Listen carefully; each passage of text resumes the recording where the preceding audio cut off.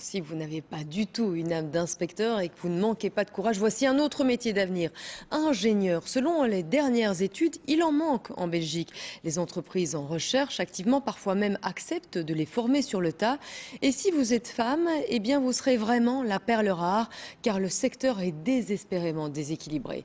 9 ingénieurs sur 10 sont des hommes. Sylvia Falcinelli.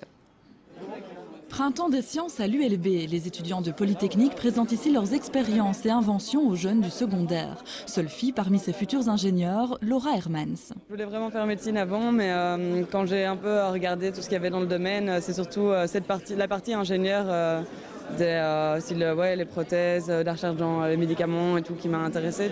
Un choix inhabituel car le métier peine à attirer les filles. Selon le dernier baromètre des ingénieurs, dans cette filière, seuls 12% des étudiants sont des étudiantes. Non, ça m'étonne pas, non. Enfin, le contraire m'aurait étonné plutôt, mais ça ne m'étonne pas, non. Pour moi, c'est un peu la personne qui est cloîtrée toute seule, en train de réfléchir et qui n'a pas beaucoup de contact avec les personnes extérieures. Je sais pas, c'est pas vraiment attrayant pour une fille. Pas pour les filles, mais pourquoi cette image? Les clichés ont la peau dure et selon cette spécialiste, les filles comme les garçons sont influencés sans même s'en apercevoir.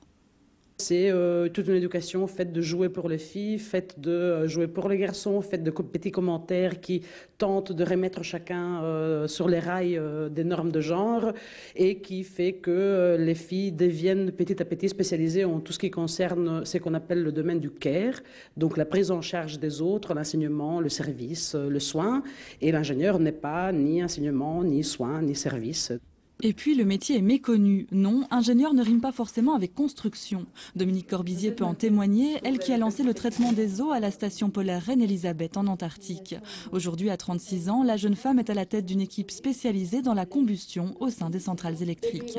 C'est magnifique de pouvoir comprendre les choses, d'avoir un métier qui est très diversifié parce qu'un ingénieur, c'est pas seulement quelqu'un qui travaille dans le domaine des sciences, des mathématiques, c'est aussi quelqu'un qui est amené à gérer des équipes, qui doit pouvoir se débrouiller, discuter, communiquer avec les gens dans différentes langues.